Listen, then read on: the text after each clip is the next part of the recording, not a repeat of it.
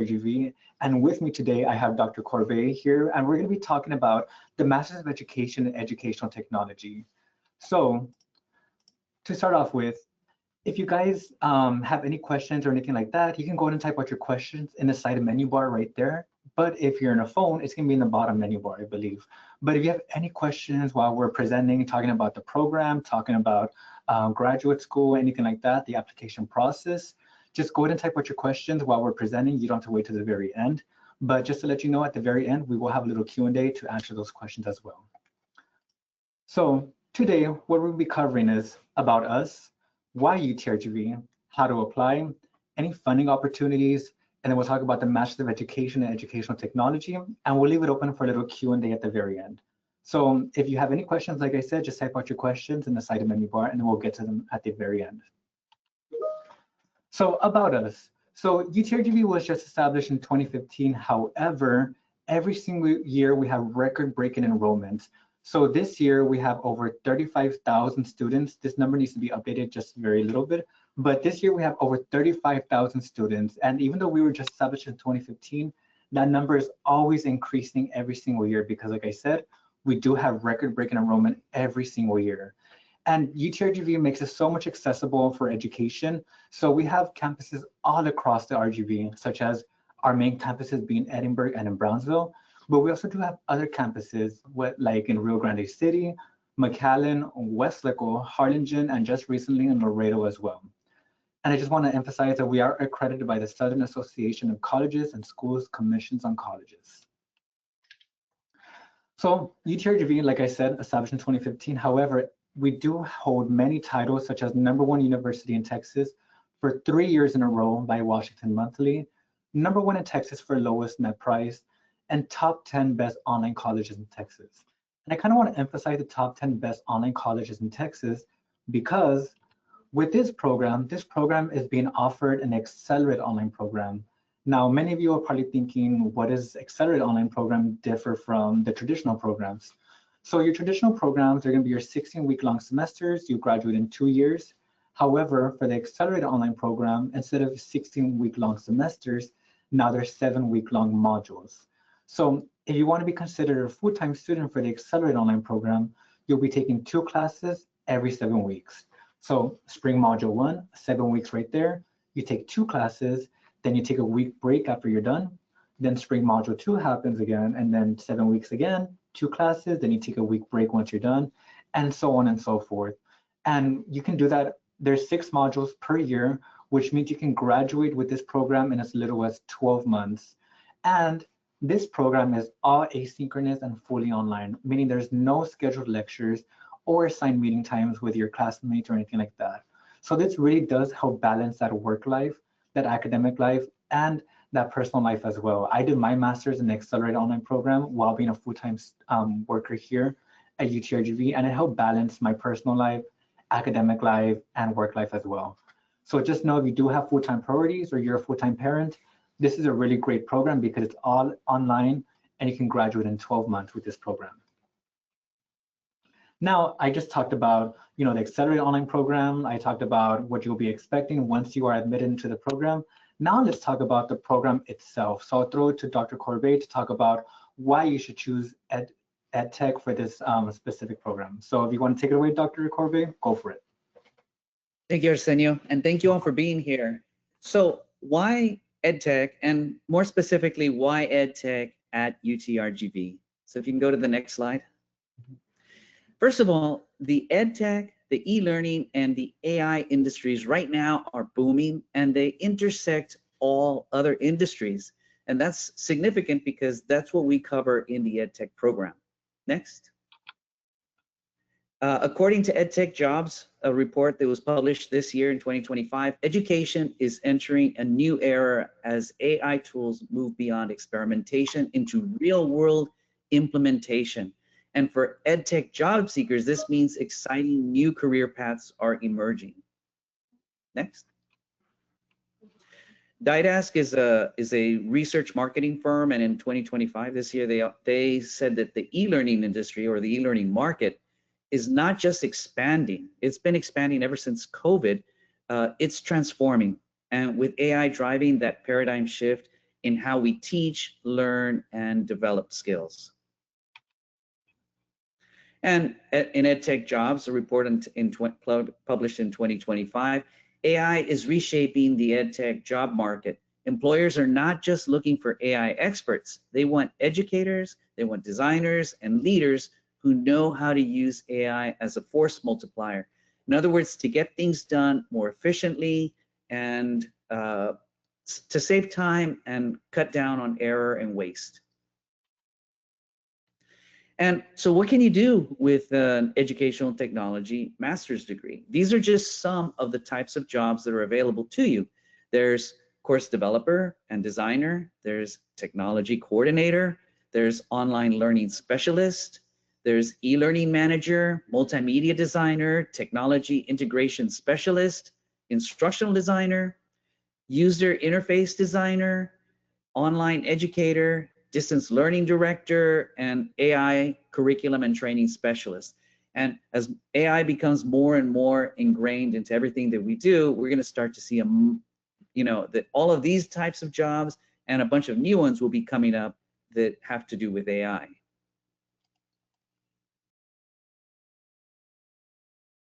So where can you work with a degree in educational technology? You don't have to be a teacher or educator in order to work in the EdTech profession.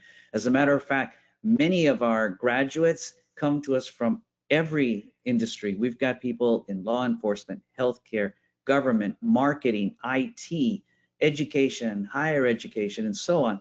So where can you work? You can easily find work in K-12 schools and districts, in colleges and universities, in EdTech companies. Be thinking of Google, Microsoft, Apple, and all of the different tech apps that are out there. All of those are EdTech companies, and they're all hiring.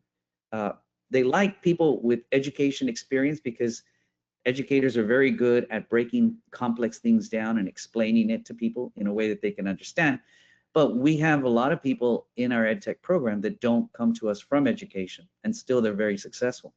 Also, corporate learning and development, nonprofit and government organizations. Think about companies or organizations like NASA. We have 2 graduates from NASA. One of them actually works with the astronauts, creating professional development and training and manuals to explain complex processes and solve problems while they're out in space. The other one is more facing the educational outreach component that provides resources for schools and universities, with tools that they can use in their classrooms. So from training development to instructional strategy, EdTech professionals are in demand wherever learning and innovation intersect. And this chart right here, you can't see the bottom, it got cropped, but the average base salary for an educational technology specialist is around $64,500. ZipRecruiter published a report just this year. On the low end, those are more for people that have bachelor's degrees in EdTech, but the average is around 65,000, and it goes all the way up to 98,000 if you have additional knowledge and expertise in other areas that might be in high demand.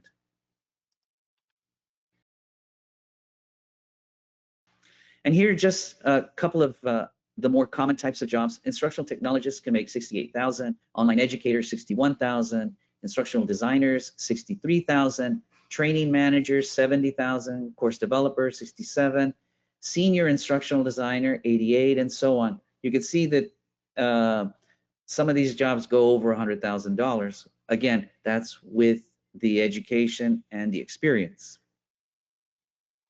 Okay. So we talked about EdTech in general. Why EdTech? Why should you go into an EdTech profession or get a degree in educational technology? But let me talk a little bit about why you should get it from here, from UTRGV. First of all, as Arsenio mentioned, this is a 100% online accelerated program, and you can earn your degree in less than 1 year, in as little as 10 months. This program is 100% project-based, so there's no tests. That means that in every course, you'll identify real-world instructional needs or opportunities in your learning or work environment and develop some kind of instructional solution to address it. As you're doing this, you'll be developing professional skills in AI for learning and for work. This program has been ranked one of the best online EdTech master's degrees in the United States. It's been ranked #1 nationally for affordability. And you've got experienced online faculty that I've been teaching online in this very program since 1997. So if you do the math, that's a lot. So we've learned how to do it well. It prepares you for the jobs of today and tomorrow, and of course, it's nationally accredited. But on top of that, we give you opportunities to gain a competitive advantage. So in addition to earning your master's in educational technology, you can earn one or more of these graduate certificates. If you want to learn how to teach online, you can get the e-learning certificate. If you want to be a technology coordinator at a campus or district or corporate environment, you can get the technology leadership certificate. Or if you want to work as a subject matter experts, you could get the online instructional designer certificate, and you could work in higher ed, you could work in corporate environments, designing professional development and training in corporate areas. And so in addition to that, you can demonstrate your knowledge and skills through a professional portfolio. Remember, I mentioned a few moments ago that this is completely project-based. So instead of a final exam at the end of the program, you'll be developing a portfolio. You create that portfolio in your first class, and in every subsequent class, you build it until the very end. And then at the end, you submit it in lieu of a comprehensive exam. But once you graduate, that portfolio is yours to take with you. So that means that when you go apply for a job, on your resume, you can provide a link to your portfolio, so that not only do they see, oh, he's got his master's degree in EdTech, oh, he also has graduate certificates that show that you have specialized knowledge and expertise in some very high demand areas, and you have a portfolio that shows them what you know and can do. And many of our graduates have told us that oftentimes the thing that made them stand out in a very competitive job search was their portfolio. So we do that to provide an additional thing to help you to be successful after the fact.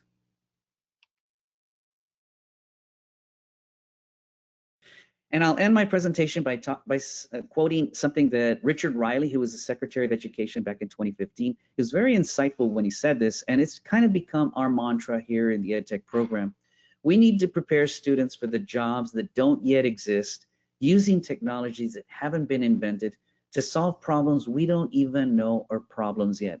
And if you think about where we are today with AI dominating not only what we do in education, but also in the workplace, we need to be prepared. We need our students to be prepared to be successful. And just the last slide, please. So this is me, and this is Dr. Maria Elena Corbeil. She usually comes on with me, but right now she's in a different webinar speaking to a different group of students. So, you know, think about the program. Feel free to reach out. My name is Rene Corbeil. I'm the program coordinator.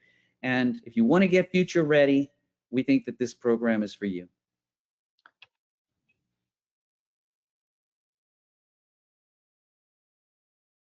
Perfect. So did you want to take over this one, Dr. Corbeil, talk a little bit about the admission requirements, anything like that? Sure, I'd be happy to. For sure. For admission into the program, for unconditional admission, you'd need at least a 3.0 undergraduate GPA. If your GPA is a little lower, sometimes life happens and you fall a little bit behind, you can still get into the program conditionally, which means that the only downside of that is that you're not going to be eligible for financial aid in your first module, those first 2 courses. After that, I'm sure you'll ace your courses and you'll become, you will no longer be conditionally admitted, you'll be unconditional, and you'll be eligible for financial aid.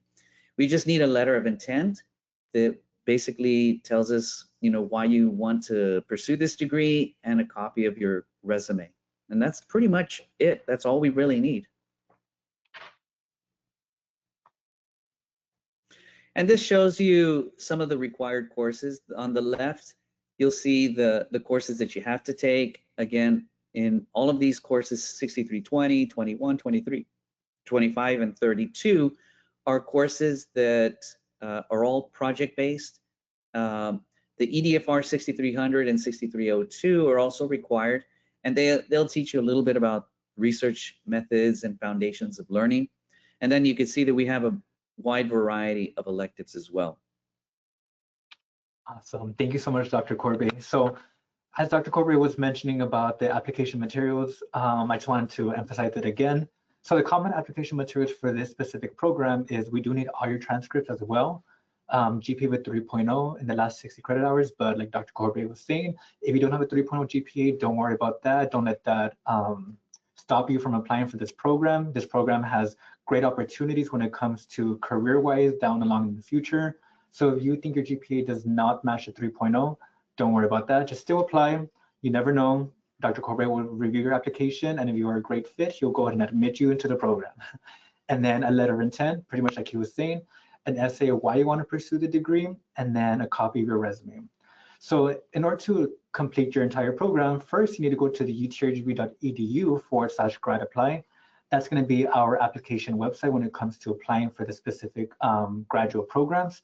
You go in there, and I just want to emphasize it as well, free application for everybody. When it comes to this program, it's going to be a free application. We will not charge you $50, $70, $100. It's going to be a completely free application. Now, if you are interested in applying for this program, I put the upcoming application deadlines. Remember, because for this program, it's going to be through modules, not through semesters. So for this one, if you want to go for spring module 1, it's going to be December 31st. Now, if you want to do spring module 2, February 25th, and then summer module 1, April 22nd, and then summer module 2, June 17th. So my advice to y'all, if you are thinking about applying for this program, the spring module 1 and spring module 2 is already open. Go ahead and apply for this program. This program is very, very amazing when it comes to career-wise down along in the future, and it will teach you about, you know, the technology nowadays. Everything is going all technology-based, and especially for this program, it'll help you prepare for all of that. So once you go to utrgv.edu/grad apply, this is going to be the application website right there. If you're a first-time user, you see right there where it says apply now. Go ahead and click that, get started with your application, get started with creating your account, and then just submit your application. But if you went in there, got started on an application, but did not quite finish, or did finish but want to check the status of your application, go ahead and click on login when it's right next to apply now. You go in there and then finish your application or check the status of your application. But if you need any assistance regarding the application from beginning to end, you go to need assistance right there. That's our email, our phone number, our text message right there. Call us, email us, message us, and we're here to help you. Now, this can be how the website looks. You go in there. Once you click apply now, for first-time users, remember you go in there and then sign in. And then it's gonna ask you for your name, your last name, and your email address. And then you just submit and get started with your application. Now, I want to emphasize this right here, the cost of attendance, because for this program is one of the most affordable programs that we offer here at UTRGV, and probably in the entire state of Texas, if I'm being honest, because this program, the entire cost of attendance for this program is only $13,750. Now, it doesn't show where it's for residents or for international students, because for this program specifically, and all of our accelerated online programs, doesn't matter if you live here in Texas, if you live in a different country, if you live in Mars, Jupiter, doesn't really matter where you live, because for this program, it'll stay exactly the same for the cost of attendance for everybody. So like I said, this is one of the most affordable programs out there. So if you do want to get started with your application, go ahead and get started with your application. Now, I talked about the cost of attendance. Now let's talk about a little bit about how to fund for your graduate degree when it comes to this program. So like Dr. Corbeil was saying, financial aid is a big part as well. If you want to do financial aid, you need to be enrolled in one class per module when it comes to this program, and then just submit the application and the FAFSA website. Now, there are scholarships available as well, such as our UTRGV General Scholarship page. It's going to be utrgv.edu/apply scholarships. You go in there, You create your account. It's going to ask you a lot of questions. I'm not going to lie to you, but it'll match you to certain scholarships that you're applicable for. You go in there, apply for those scholarships, and then if you are chosen for that scholarship, you can use that to help fund for your graduate degree. Now, there are also graduate scholarships that we post, utrgv.edu/grad scholarships. This is just a website where we post announcements because it is still tied to our general scholarship page. But for this page, we just post announcements for either for newly admitted students, or I like to tell students to check back on the website every single semester, module, because sometimes we do post scholarships for continuing students as well. So just check back on the website every single module. There are assistantships available. These can be found through your program coordinator or at careers.utrgv.edu. Now, these assistantships are really, really good because we do offer them 3 different types. We do offer them graduate assistantship, teaching assistantship, and research assistantship. And these are really, really great because it helps you work up to 20 hours per week while working closely with faculty members or staff members within your discipline, where you can go ahead and pick their brain, gain real-world experience, all while doing your graduate degree as well. Now, there are additional aid options as well, such as external scholarships. Sometimes there are scholarships in organizations or communities, organizations and companies around your community. So just check in every single organization or community where they have scholarships, such as, I know Coca-Cola has one, I know Chick-fil-A has one. So just check in those companies to see if there's any scholarships available for you. We do offer veteran benefits and continued education and employee benefits. You're probably thinking, what does that mean? What this means is sometimes in the company or organization you do work with, sometimes in the HR department, if you want to ask them, sometimes they do have opportunities to help fund for your graduate degree, such as UTRGV. If you work here for more than 1 year, there's an ETAP option where staff members or faculty members can do their graduate degree, and UTRGV pays for 1 class every single semester. So just check in your HR department wherever you work at to see if there's any opportunities out there for you. And if you have any questions regarding this program itself, contact Dr. Corbeil. He's there to help you. He is amazing. He's there for all his students. If y'all only knew the feedback we got from him, from the students that actually work closely with him, they would tell you that he's really amazing. He's there for you, and he will reach out to you if you have any questions. And then Ana Covarrubias is also the graduate recruiter when it comes to this specific program. So if you have any questions regarding this program, contact both of them. But you don't have to contact just both of them, because there's an entire graduate recruiting team here to help you as well. I'm here to help you. My name is Rene Avila. I'm here based in the Edinburgh campus. That's my email, my phone number. Ana Covarrubias is based in the Edinburgh campus as well, but Ana Chapa is based in the Brownsville campus. So if you have any questions and you're close to any of the campuses, stop by and we can help you with anything that you may have questions with. But I know I talked a lot, we kind of talked a lot, but we talked about great stuff regarding this program. Now I'll leave it open for a little Q&A at the very end right now, in case you guys have any questions that need to be answered. But I'll leave it open right here for the contact us, just in case you do want to take a picture or a screenshot. But I actually do have, sorry, yes, go on. I'm sorry, I was just gonna say, take a picture of my business card. You've got my cell phone number as well. So you can reach me through email, text, or call. Correct, yeah, so just call us, email us, call Dr. Corbeil, email him, text him, call us as well if you need questions regarding the application as well. We're all here to help you. You guys are not alone, we're here to help you, don't worry about that. There is one question that actually came in. This student asked, sorry, it's kind of, there you go. So this student asked, it's been a while since they came back to school and everything's all online. So I guess their worries are, when everything is all online, sorry, how is the communication between the student and the professors teaching the class? Are the professors there still to help them, even though it's all online, which I'm pretty sure they are 100%, but just want to get your feedback a little bit, Dr. Corbeil, when it comes to the communication between professors and students.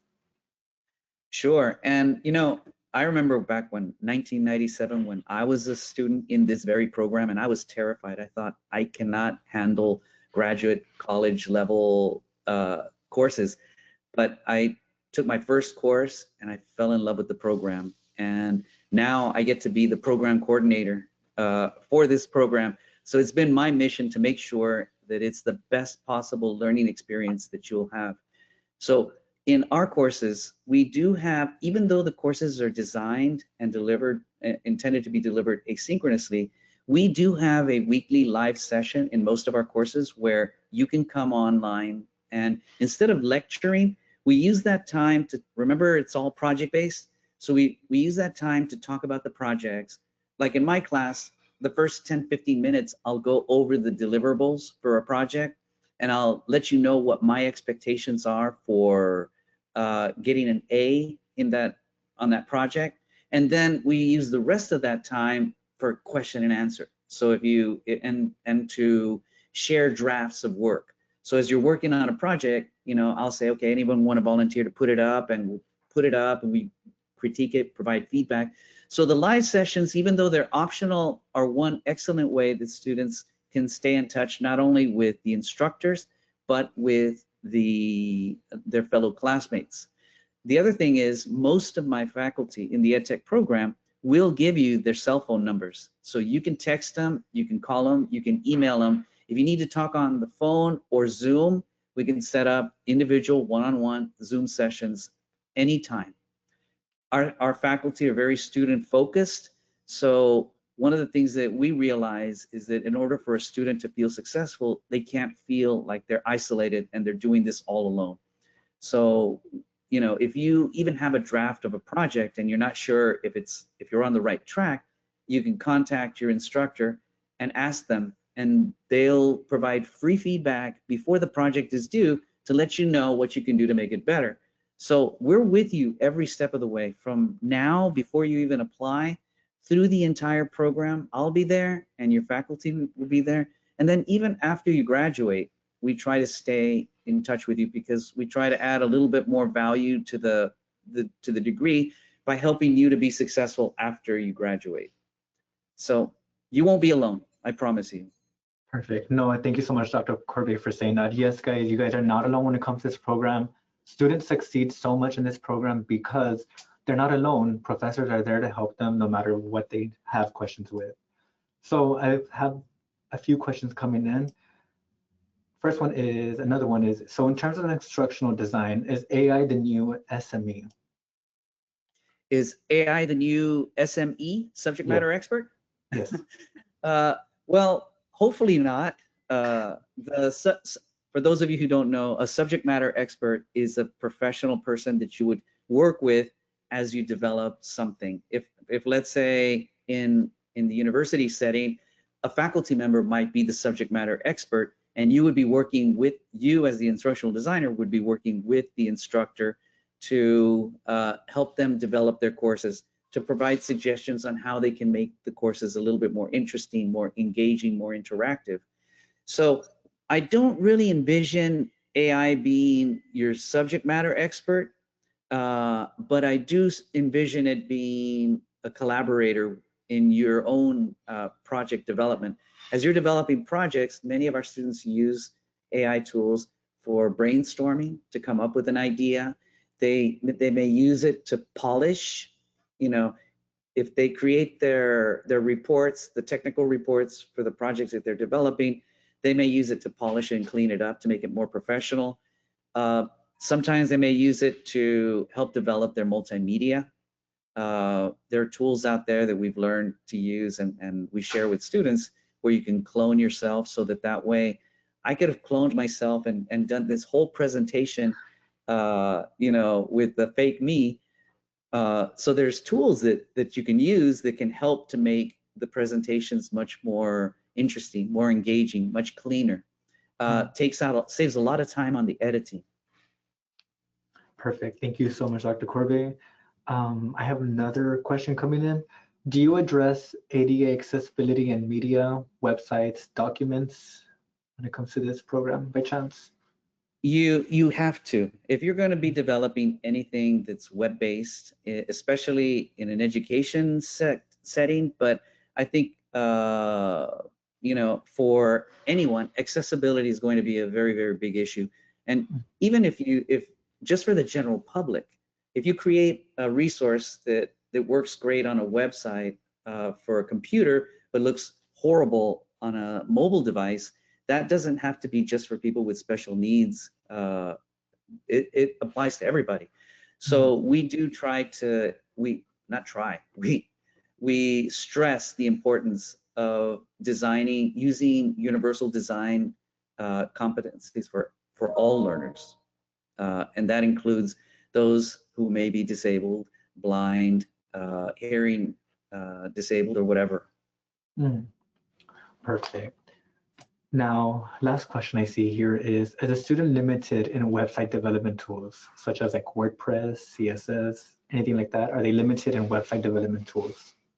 No, as a matter of fact, we don't require that you use any specific tools. In the old days, and these are lessons that we've learned over the years, we used to make students buy very expensive software, and they bought it for the license while they were studying, and then after they graduated, they stopped using them because they were too expensive. So we thought, no, we have to use what's currently available and what is affordable. So for every project that you'll be doing in this course, whether it's a multimedia design project or a web design project, there are many tools that are free and open source, and we'll encourage you to start with those. Now, as you start to develop your skills and you start to see that the free version of something is no longer doing it for you, and you need to, then many of our students will go and purchase the commercial version of that product. Perfect. Thank you so much, Dr. Corbeil, for answering those questions. So thank you all so much. I just want to end it up because there's not many questions. There's actually no questions coming in at the moment. I guess we answered everybody's question. So thank you so much, Dr. Corbeil, for that. So yes, guys, if you have any questions regarding the application process, contact me, contact Ana Covarrubia or Ana Chapa. We're here to help you when it comes to the application process. If you have any questions regarding the program itself, classes, what it's being taught for each class, all of that stuff, you can contact Dr. Corbeil, and we're all here to help you. You guys are not alone. There's a whole team behind you, and we're here to help you. We just want to see you all succeed. So you all learned about the program itself, the different career branches within the program, cost of attendance, everything like that. So if you have any further questions, email us, call us, message us, and we're here to help you. So thank you so much, guys, for tuning in. Thank you so much, Dr. Corbeil, for being here with us today and talking about the program. And I hope everybody has a great rest of the day. Thank you all so much. Thank you, Arsenio, and thank you all for being here. Thank you. Bye-bye.